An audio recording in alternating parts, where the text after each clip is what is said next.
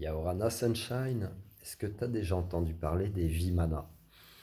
Alors, si tu n'en as jamais entendu parler, je vais t'expliquer un petit peu ce que c'est, puis je t'invite à aller faire des recherches. En fait, dans les Vimana sont présents dans des récits, dans des textes sacrés de l'Inde, et sont décrits en fait comme des engins volants utilisés par leur déité, leur divinité. Et si tu fais quelques recherches dans différentes cultures du monde, chez les Aztèques par exemple, chez les Chinois, etc., même dans la Bible également, tu vas t'apercevoir que bon, le terme Vimana est propre à l'Inde, mais tu vas t'apercevoir qu'en fait, il y a une description dans plusieurs cultures différentes de vaisseaux venant du ciel, de chars volants, de chars de feu, etc., de machines volantes.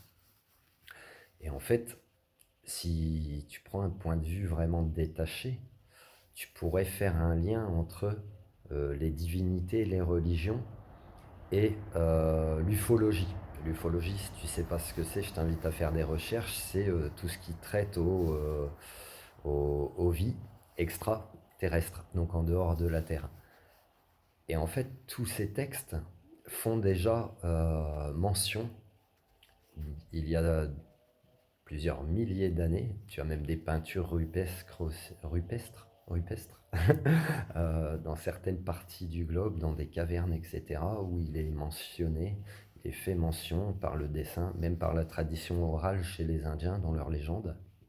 Tu vois, c'est toujours raconté comme des mythes et légendes, en fait, c'est marrant. Mythologie, étymologie du mot, cherche un peu. Et en fait, tu as le point commun, si tu veux, c'est que tous ces textes, ces peintures, ces récits de différentes cultures du monde font état de quelque chose qui vient du ciel, qui descend du ciel et qui potentiellement, ben, aux yeux des humains de certaines époques, leur faisait penser à des dieux par leur supériorité technologique en fait finalement.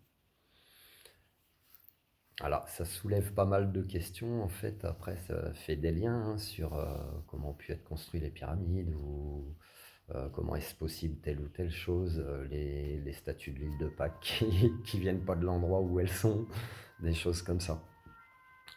Les sites mégalithiques, les dolmens, les menhirs, etc. Voilà, fais plein de liens, fais plein de recherches, et puis bah, tu peux me dire en commentaire si toi, tu penses qu'on est les seuls dans l'univers ou pas. Peut-être que tu as déjà vu aussi, peut-être que tu as été témoin de certains phénomènes célestes dont tu ne t'expliques pas l'origine. Voilà, je t'invite à partager ça en commentaire, et puis je te souhaite une belle journée. Prends soin de toi, Sunshine. Love you.